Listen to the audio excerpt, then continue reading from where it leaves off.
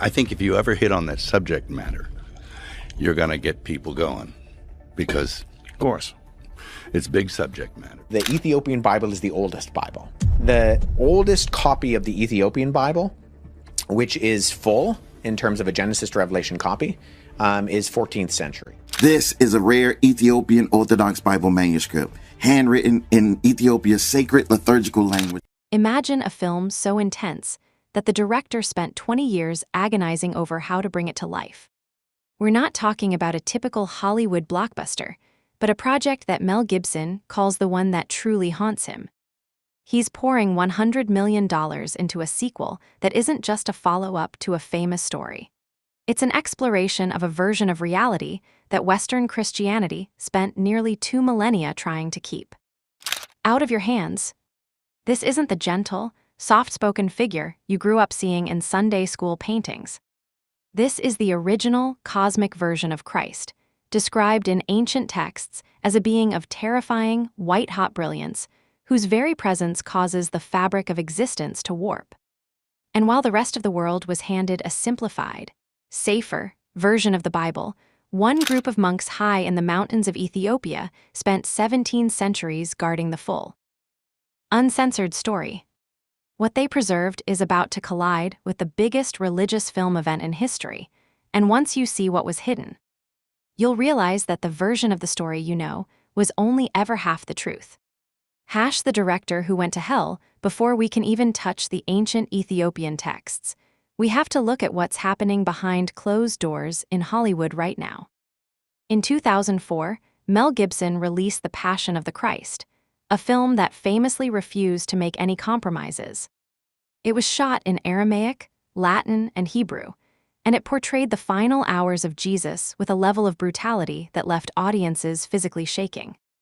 Critics at the time called it excessive, but for Gibson, it was just the beginning. For over 2 decades, he's been working on a sequel titled The Resurrection of the Christ, a project that he describes as something he simply couldn't walk away from, even when the industry tried to bury his career. But this isn't just a movie about a man coming back to life. Gibson has revealed that he's working from 2 different scripts, one traditional, and another that he describes as being more like an acid trip. He's talked about going into other realms, watching the fall of the angels, and descending directly into the depths of hell. It sounds like high-concept science fiction, but here's the thing. That exact journey, Christ moving through multiple layers of heaven and confronting fallen entities, was already written down 2,000 years ago by monks living in cliff-face monasteries. Gibson's vision is finally catching up to a history that was erased from the Western world. But that raises a massive question. Why was this cosmic version of the story removed in the first place?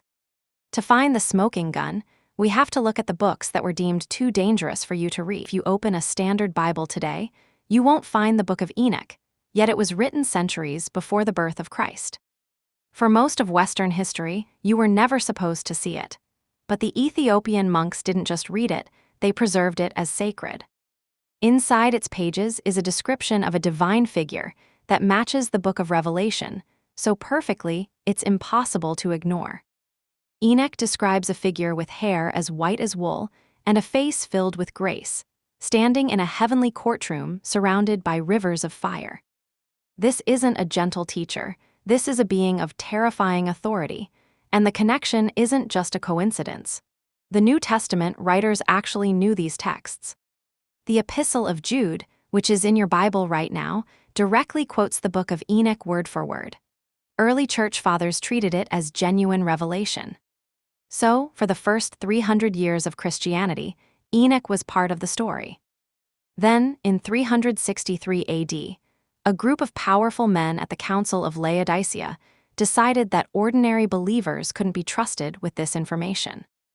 They labeled the texts dangerous, and copies were ordered to be destroyed. They wanted a version of the faith that was easier to control, one that didn't involve people having their own visions of heavenly realms. But their reach didn't extend to the mountains of East Africa, where the original narrative was kept alive in total isolation. Secret keepers of the Tigray Mountains, the Ethiopian Orthodox Church is one of the oldest Christian nations on the planet, tracing its roots back to the 4th century. Long before Latin or Greek dominated the faith, the scriptures were being written in Ge'ez, an ancient and sacred language. When Islamic expansion swept across North Africa in the 7th century, Ethiopia became a spiritual island, completely cut off from the politics of Rome and the Mediterranean by vast deserts and hostile territories. This isolation turned out to be the greatest gift to history. Because they were cut off, they never received the decrees from the Western councils. They never participated in the book burnings or the theological purges that reshaped the faith in Europe. While Western leaders were deciding which books were in and which were out based on political convenience, the monks in the Tigray Mountains were simply copying. Generation after generation, sitting in dim rooms lit by oil lamps, they painstakingly carved the Ge'ez script into animal skins. They had to scale sheer cliff faces using nothing but ropes and their bare hands to reach these monasteries, ensuring that no invading army or religious police could ever reach their library. They believed they weren't hiding forbidden books, they were protecting the absolute truth, and the physical evidence they left behind is staggering. The Garima Gospels, which have been radiocarbon dated to as early as 330 AD, are some of the oldest illustrated Christian manuscripts in existence. They contain full-color depictions of a Christ that looks nothing like the European versions that would come 1,000 years later. When you compare the Ethiopian Bible to the one used in the West, the difference isn't just a few verses, it's entire books. A Protestant Bible has 66 books. A Catholic Bible has 73. The Ethiopian Bible contains up to 88. We are talking about massive amounts of missing information. Books like Jubilees, the Ascension of Isaiah, and the Book of the Covenant provide a completely different context for the life of Jesus and the nature of the universe. These are texts that the earliest Christians read and quoted, but which were eventually deemed too radical for the general public. These lost books describe a reality that is far more complex than the simple heaven and earth model we're taught today. They speak of a Christ who is both a healer and a cosmic warrior, someone who holds the vibration of reality together. If you've ever felt like the standard stories were missing a sense of scale or mystery, it's because the version we were given was intentionally edited.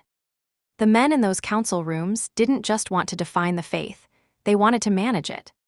But by removing the cosmic elements, they also removed the idea that the divine is an overwhelming force that lives within every individual. And that leads us to the real reason these texts were suppressed: money and power. We are often presented with a Christ who is soft, gentle, and comforting, the good shepherd with pale skin and soft eyes. This image wasn't an accident, it was a rebranding. When Emperor Constantine embraced Christianity, a decentralized spiritual movement had to be turned into a centralized institution that could support an empire. To do that, they had to crush any belief that emphasized direct, personal encounters with the divine.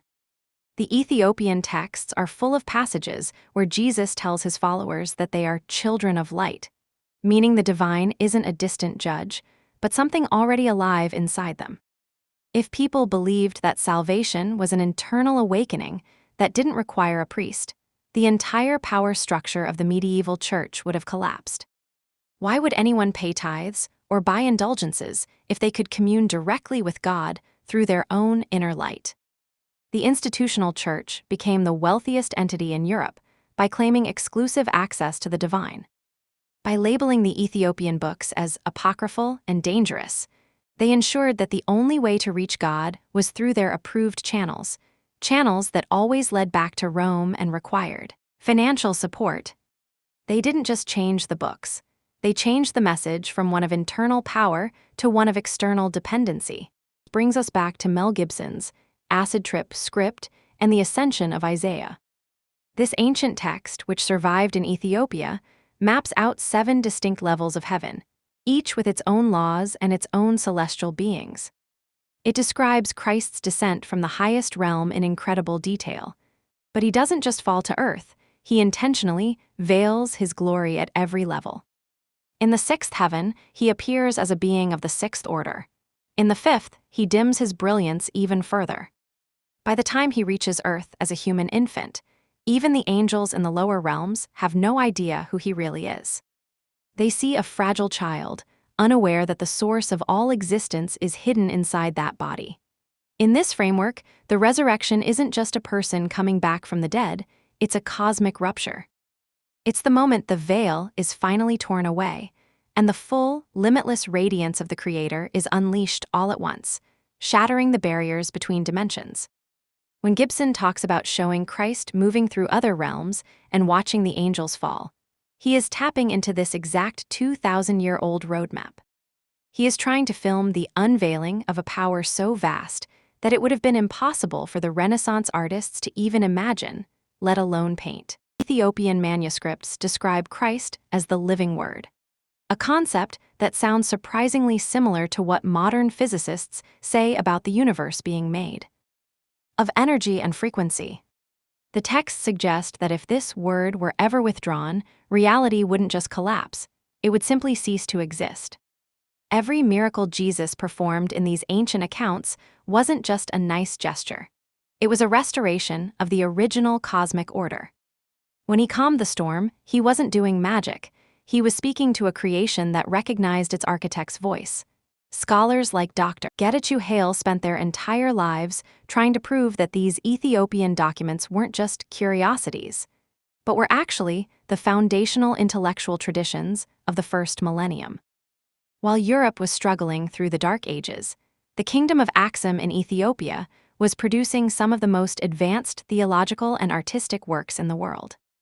We are finally reaching a point where modern technology and global interest are forcing historians to admit that the original version of Christianity wasn't Western at all. It was a cosmic, multi-dimensional vision that was guarded by men on cliff faces, while the rest of the world forgot it ever existed. The collision of 2027, as we look toward the release of Mel Gibson's Resurrection in 2027, the convergence between modern cinema and ancient Ethiopian tradition is undeniable. Whether Gibson studied these specific texts or simply arrived at the same conclusions through his own deep research into the origins of the faith, the result is the same. We are about to see a version of Christ that hasn't been part of the public consciousness for 1,700 years. A being of cosmic fire, moving through hell and heaven, reclaiming a glory that was hidden for the sake of humanity. The monks who spent their lives in dark, cramped rooms, ruining their eyesight to copy these scrolls, never knew that a filmmaker in California would one day echo their words. They didn't know that the world would eventually start listening again. They simply held the line. They protected a version of the story that was too big, too wild, and too powerful for the institutions of the time to handle. If this one version of the story could be buried so completely that billions of people never even knew it existed, you have to wonder, what else is still sitting in those cliff face monasteries, waiting for the right moment to be revealed? The narrative we've been given is finally starting to crack, and what's behind it is more shocking than anything we were ever taught. I'm curious to know, do you think there's a reason we're only hearing about these lost books now? Drop your thoughts in the comments, and if you want to be here when we dive into the next piece of hidden history, make sure you're subscribed. This story is only just beginning.